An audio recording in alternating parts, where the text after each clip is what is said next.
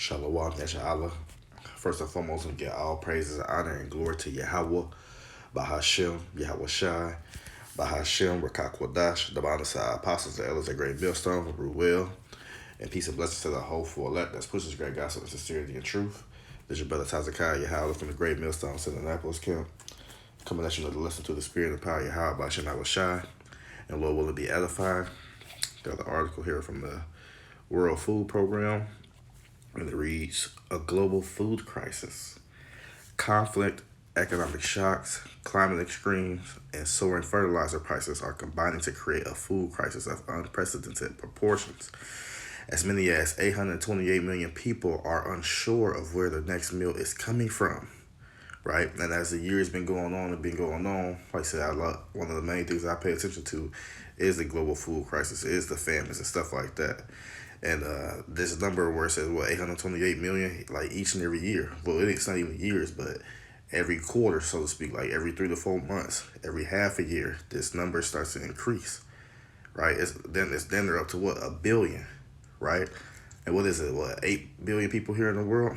So this is telling you right now. And, this is just right now, because, yeah, we, around the corner, so to speak, from Jacob's Trouble, which, we in the sense of we in the start of it right now, but it's gonna get worse and worse and worse. And we understand that the famines is a part of the prophecy you have about Shemashai. That number right there is then there a billion. So right then and there, that's already a billion people that gotta worry about. Let's say are unsure where the next meal is coming from. That's their next meal, not the next few meals or the next 10, but their very next. Right? It says we have a choice. Act now to save lives and invest in solutions that secure food security, stability, and peace for all, or see people around the world facing rising hunger. Right? And again, like I said, it really ain't nothing you can do. Yeah, you can sound all noble and sound like this and that. I read the article last year where an individual, I think it's from the Associated Press, I believe they were saying like, damn, if all billionaires and, trillionaires, but mainly billionaires, right? Because we know the real trillionaires are, but like I said, the billionaires, they're like, damn, they can just give up a day's wages and they can fix food problems. Obviously, they weren't willing to do such a thing, and that's not going to happen because you're not going to be able to alleviate the food problems. Because again, like I said, it's part of prophecy. Many people going to die from famine, so that's why the numbers are climbing and climbing, right? It says 2023, which is the hopeful year that all these prophecies come to pass, Lord willing. It says another year of extreme jeopardy for those struggling to feed their families. A record 340 million people across 79 countries are facing acute food insecurity, up from 287 million in 2001. Well, so like in 2021, right? Like I said, this number keeps climbing and climbing. It says, and like that acute security, I mean, they need food right now, or they're about to die. That's what that means. It says this constitutes a staggering rise of 200 million people compared to pre-crown pandemic levels. More than 900 people worldwide are fighting to survive in famine-like conditions. This is 10 times more than 5 years ago. And a alarmingly rapid increase in immediate response is needed. The global community must not fail on its promise to end hunger and malnutrition by 2030.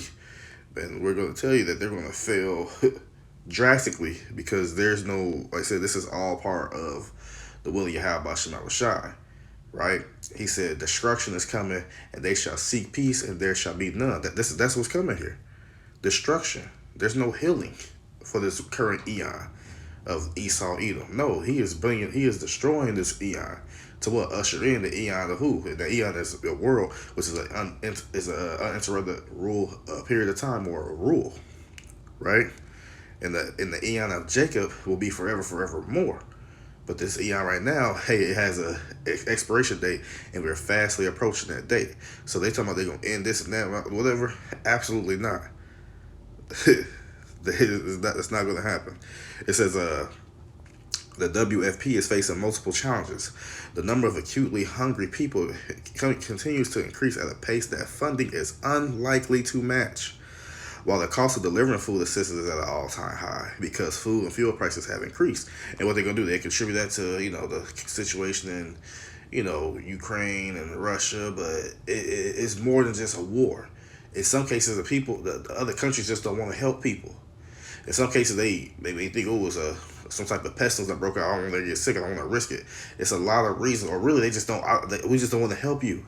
There's a lot of underland, or like they saying the weather and prices are rising, this and that. But at the end of the day, it's the Lord Yahweh Shemel Shai, which is stopping this so-called help that's needed to help these people. Right? It says unmet needs heighten the risk of hunger and malnutrition. Unless the necessary resources are made available, lost lives and the reversal of hard-earned development gains will be the price to pay, and you're going to pay that price.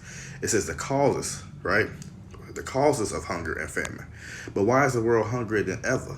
This seismic hunger crisis has been caused by a deadly combination of factors. So it's going to give you a few factors of why famine happened. At the end of the day, we know it's from Yahweh Shemel Shai. But here on the surface level, they give you their reasons. They say conflict is still the biggest driver of hunger, with 60% of the world's hungry people living in areas afflicted by what? War and violence. See, look, events in Ukraine are further proof of how conflict feeds hunger, forcing people out of their homes, wiping out their sources of income, and wrecking countries' economies. The climate crisis is one of the leading causes of the steep rise in global hunger. Climate shocks destroy lives, crops, and livelihoods and undermines people's ability to feed themselves. Hunger will spiral out of control if the world fails to take immediate climate action. Right? They want to talk about climate change and all this now. Just madness. That's just like the climate, the earthquakes, the wildfires, the heavy torrential rains, the floods, the dry period, stuff like that, droughts and stuff like that. Those are all visitations of Yahweh Shemel Shai. So it's not like, well, we need to fight and take control. See, that's what the pride of these people. You think you can fight against and control the will of Yahweh Shemel Shai. You're not going to be able to do that. But what he's going to do is he's going to pay back that pride. Right? And this is what happened. Bringing pain and suffering, lamentations, moanings, and woe for your pride. Right? It's like, because he hates pride. And Esau Edom is the most pride. So he's definitely not going to do no regards to your benefit. Right? It says, global fertilizer prices have climbed even faster than food prices, which remain at a 10-year high themselves. The effects of the war in Ukraine, including higher natural gas prices, have further disrupted global fertilizer production and exports, reducing supplies, raising prices, and threatening to reduce harvests. High fertilizer prices could turn the current food affordability crisis into a food availability crisis. See? It's with production of maize, rice, soybeans, and wheat are falling in 2022, right? So, of course, the article for 2023, but it was telling that they failed back. This last year is definitely going to continue to fall this year. It says costs are also at the all-time high. WFP's monthly operating costs are, it says, $73.6 million above their 2019 average, a staggering 44% rise. The extra now spent on operating costs will have previously fed 4 million people for 1 month. In countries including Nigeria, South Sudan, and Yemen, WFP is already faced with hard decisions, including cutting rations to be able to reach more people. This is tantamount to taking from the hungry to feed the starving. So you see what I'm saying? That's the that's the gist right now. It's you got the hungry, we hungry, but then you got the starving. So what happens when you take away food from the hungry and give to the starving? Then those who are hungry, they're going to become starving, and it's just a continuous cycle that you're not gonna fix. And then what? You keep taking the food from the hungry to the starving, then it's gonna cause conflict between the hungry and the starving. So ultimately ain't no good gonna come out of this situation, no matter how hard you try. That's like say again, you trying to offset the will you have by Shemel Shai. It's not gonna happen. It says hunger hotspots from the Central American Dry Corridor and Haiti through the Sahel, Central African Republic, South Sudan, then eastward to the Horn of Africa, Syria, Yemen, and all the way to Afghanistan. Conflict and climate shocks are driving millions of people to the brink of starvation. Last year, the world rallied extraordinary resources, a record-breaking $14 billion for WFP alone to tackle the unprecedented global food crisis. And countries like Somalia, which has been teetering on the brink of famine, the international community came together and managed to pull people back. But it is not sufficient to only keep people alive. We need to go further, and this can only be achieved by addressing the underlying causes of hunger. The consequences of not investing in resilience activities will reverberate across borders. If communities are not empowered to withstand shocks and stresses, this could result in increased migration and possible destabilization and conflict. Recent history has shown us this. When the WFP ran out of the funds to feed Syrian refugees in 2015, they had no choice but to leave the camps and seek help elsewhere, causing one of the greatest refugee crises in recent human history. So guess what? Expect for more of those refugees crisis, because again, like I said, the numbers are continue to rise and rise. Right? They say let's stop hunger now. WFP is changing lives. Work helps to build the human capital. Support governments in strengthening social protection programs, stabilize communities in particular precarious places, and help them to better survive sudden shocks without losing all their assets. In just 4 years of the Sahel Resilience Scale Up, WFP and local communities turned 150,000 hectare acres. It's that hectares, yeah, it's like of barren fields in the Sahel region of 5 African countries into farms and grazing land. Over 2.5 million people benefited from integrated activities. Evidence show that the people are better equipped to withstand seasonal shocks and have improved access to vital natural resources like land they can work. Families in their homes, belongings, and fields are better protected against climate hazards. Support serves as a buffer to instability by bringing people together, creating social safety nets, keeping lands productive, and offering job opportunities, all which help to break the cycle of hunger. Right, but they've been doing that. They talking about that's gonna break the cycle of hunger. But look what we read at the beginning of the article, that the numbers are steadily increasing. See, this is what Esau do. They be double minded, be bugged out because they always trying to speak in the light of, oh, things are going good in this sense. No, it's horrible. Right, even you talk about what they say, like 2.5 million people benefited, which is a substantial amount of people. That's a great number of people. But like I said, from even to 2021, just from that year, the crisis has spread and the number of hungry people have increased, by over 200 some million. Like I said, I've been reading these, man. That number that say 828 million, it said 320 at that point in time. Then 400 something. Then 500, 600. That number keeps rising. That's why you gotta watch out for Esau. They'll tell you that we just read all the doom and gloom, but then they say, well, hey, but there's good things happening over here. No, it's not. It's just they just be lying. But at the end of the day, it says what? As a further example, WFP's flagship microinsurance program, the R4 Rural Resilience Initiative, protects around 360,000 farming and pastoralist families from climate hazards that threaten crops and livelihoods in 14 countries, including Bangladesh, El Salvador, Ethiopia, Fiji, Guatemala, Kenya, Madagascar, and Zimbabwe. At the same time, WFP is working with governments in 83 countries to boost or build national safety nets and nutrition-sensitive social protection, allowing us to reach more people that we can with emergency food assistance. It says humanitarian assistance alone is not enough, though. A coordinated effort across governments and financial institutions, the private sector, and partners is the only way to mitigate an even more severe crisis in 2023. Good governance is a golden thread that holds society together, allowing human capital to grow, economies to develop, and people to thrive. The world also needs deeper political engagement to reach zero hunger. Only political will can end conflict in places like Yemen, Ethiopia, and South Sudan. And without a firm political commitment to contain global warming, as stipulated in the Paris Agreement, the main drivers of hunger will continue to unabated. And that's going to continue because they talking about some stop conflicts. Hey, well, those conflicts or those little civil wars, what's supposed to go on, those are part of the prophecy of what? Wars and rumors of war. So again, you're not going to stop and offset the prophecies of Yahweh Shem Shai. So again, while they try to throw a little damper at the end, let's read this part again right here. A global food crisis, conflict, economic shocks, climate extremes, and soaring fertilizer prices are combining to create a food crisis of unprecedented proportions. Right? Past articles I did, it said what? Famines are coming, it says famines of biblical proportions are coming to the world. Right? It says as many as 828 million people are unsure of where their next meal is coming from. We have a choice. Act now to save lives and invest in solutions that secure food security, stability, and peace for all, or see people around the world facing rising hunger. That's what's coming to the world in a great fashion. Rising hunger. Death by hunger. But without further ado, well, I'll just read this real quick. Not too much. Just gonna read this. Like it's from the Guardian, a humanitarian response. Children go hungry at Kenya refugee camps as malnutrition numbers soar. Right, and this also came out, January 26, 2023. Hopefully, year that all these prophecies come to pass. Right, but I'm not gonna really read it, but just you get the gist. Hunger. Children are going hungry. People are going hungry.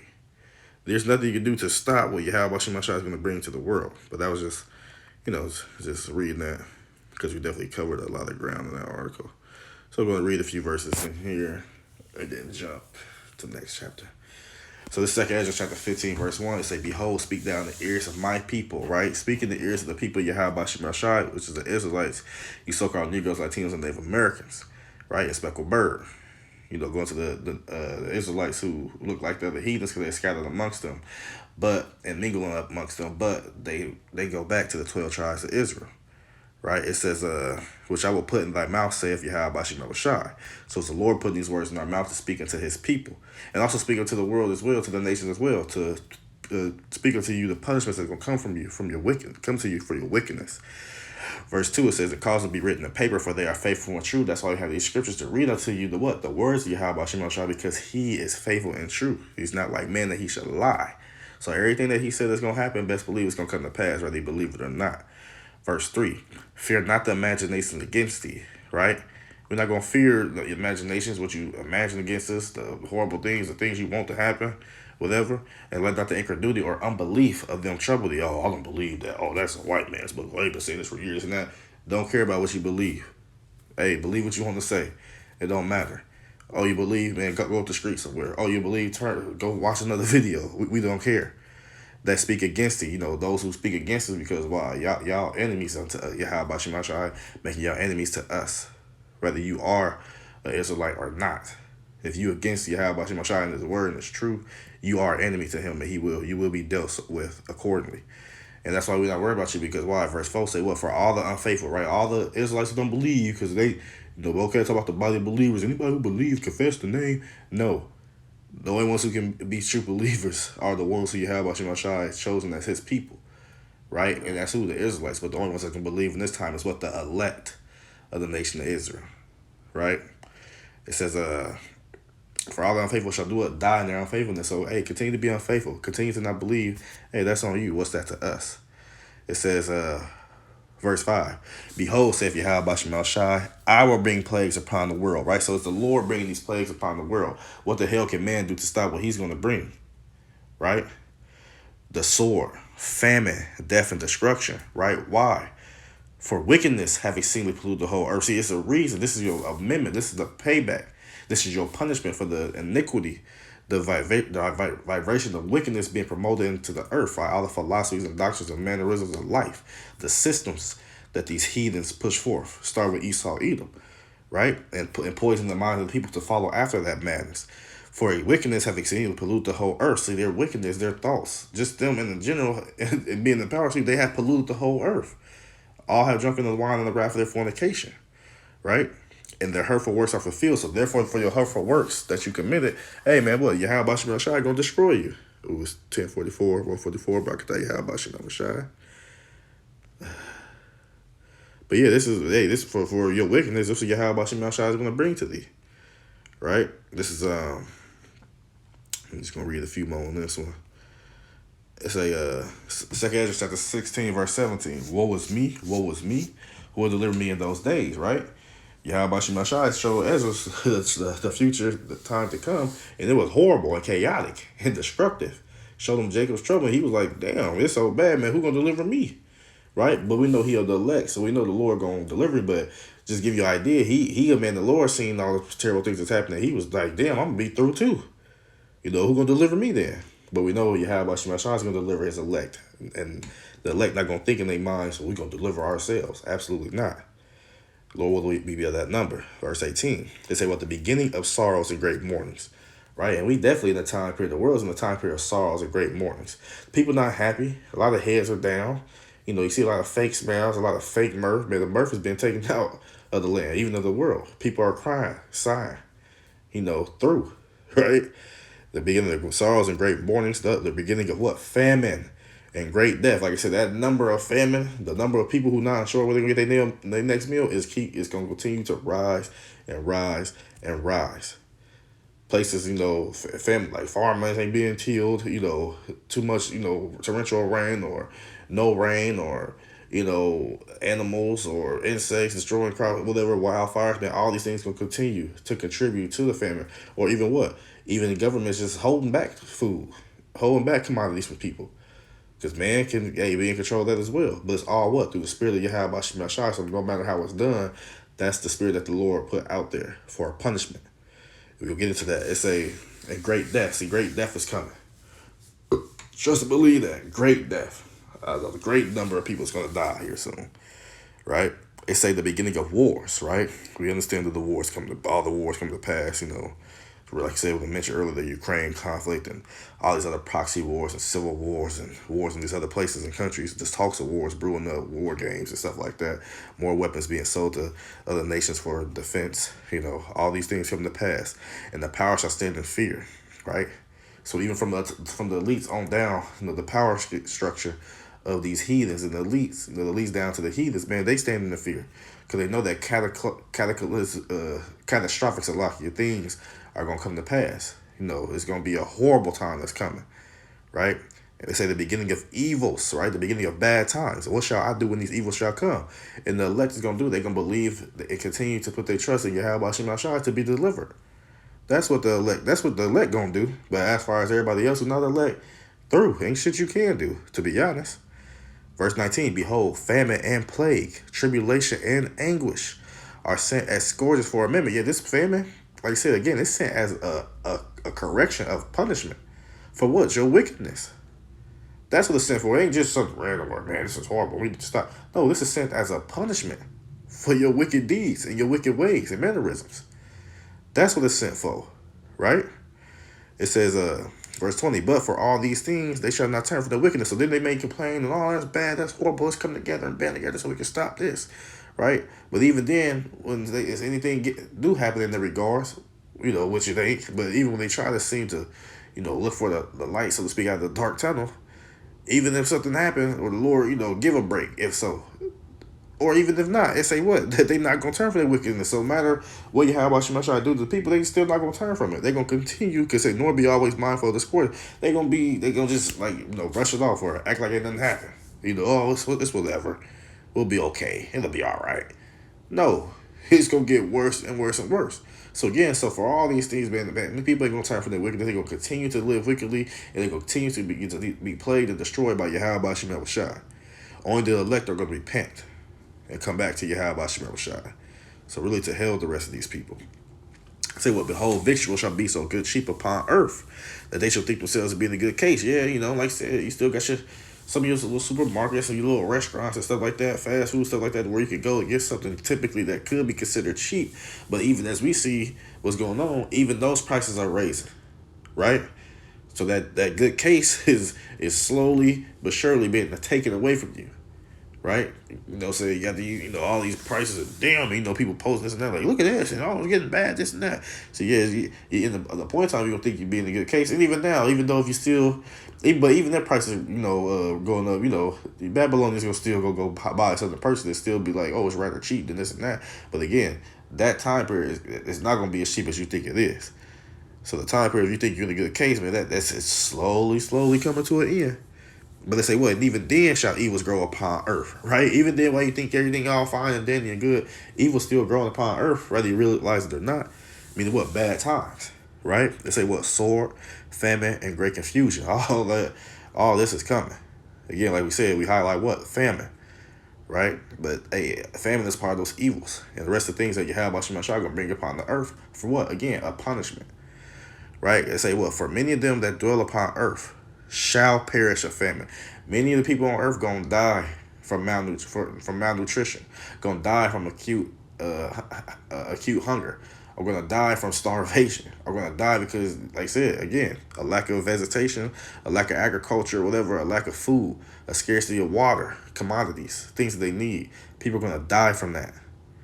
And the other that escaped the hunger shall the sword destroy. So, oh, I didn't die from hunger. I'm okay. I'm blessed and highly favored. No, there's another judgment that's set for you to die, right? So at the end of the day, you can't escape the will you have by Shema Shai. You know, and I wanted to, let's see.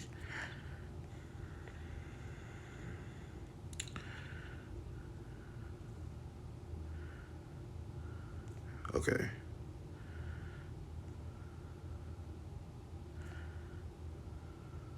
All right, Ezekiel chapter 5, verse 12. It say, a third part of thee shall die with the pestilence, and with famine shall they be consumed in the midst of thee. Right? This is going to happen to us in time past for our sins and our iniquities against Yahweh by Shema Shai. And the third part shall fall by the sword round about thee, and I will scatter a third part to all the winds, and I will draw a sword after them. So there was no way to escape the punishment that was going to come to us for our transgressions of Yahweh by Shema Shai, us being this chosen people. So how much more to you heathens who has been given the reins of the world, and you have ran in complete wickedness, right? Because he did those things to us. Killed us with pestilence, killed us with famine, killed us by the sword, and what? Scattered us to the four winds, sent us out to slavery, scattered us out of our land. He did that to us. They say, well, thus shall my anger be accomplished. See, that accomplished him. That appeased his wrath for the transgressions that we committed against him. It's saying, I will cause my fury to rest upon them, and I will be comforted.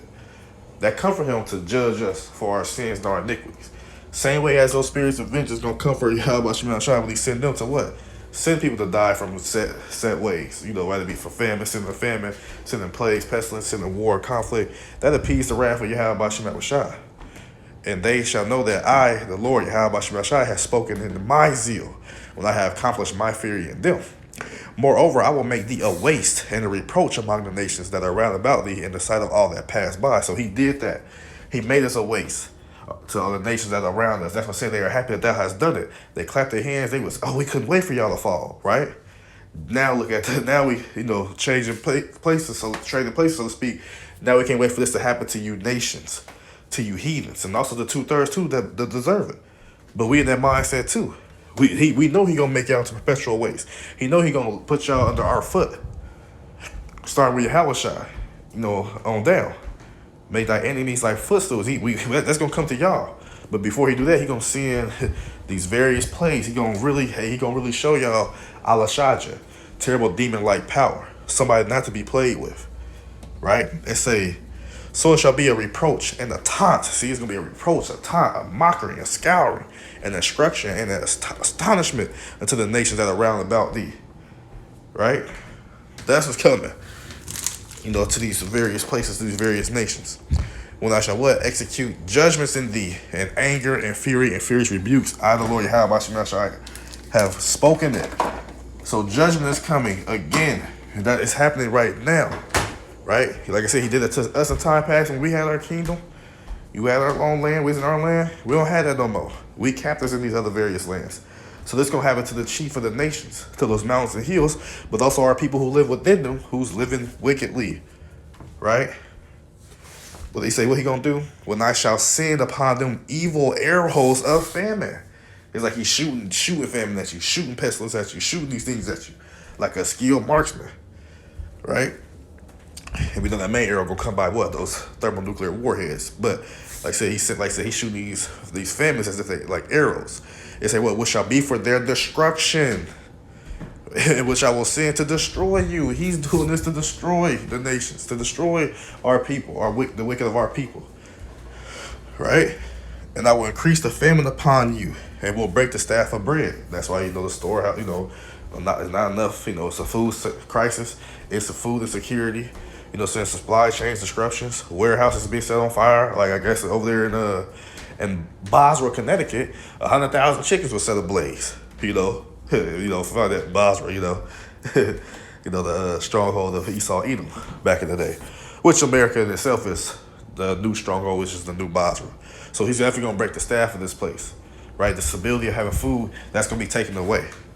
So I will send upon thee you famine and evil beast, and they shall bereave thee, and pestilence and blood shall pass through thee, and I will bring the sword upon thee. I, the Lord Yahweh Shema Shai, has spoken. So what? He's bringing death and destruction to the people at the end of the day. That's what's coming. Like I said, the famine is coming in great fashion. Pestilence coming in great fashion. Wars, rumor wars. Like I said, the beginning of famines and great deaths, the beginning of mournings and sorrows. That's what Yahweh Shemashai is bringing to this place for the sins and iniquities that have been committed upon the earth. So Lord willing, this lesson was edifying to sincere Akim out there listening. I want to give all praises, honor, and glory to Yahweh, Bahashim, Yahweh Shai, Bahashim, Rakakwadash, the bonds of the apostles, the elders, that great millstone, who will, and peace and blessings to the hopeful elect that's pushes the great gospel with sincerity and truth. Shalom, Yasha Allah, Abai, Babal.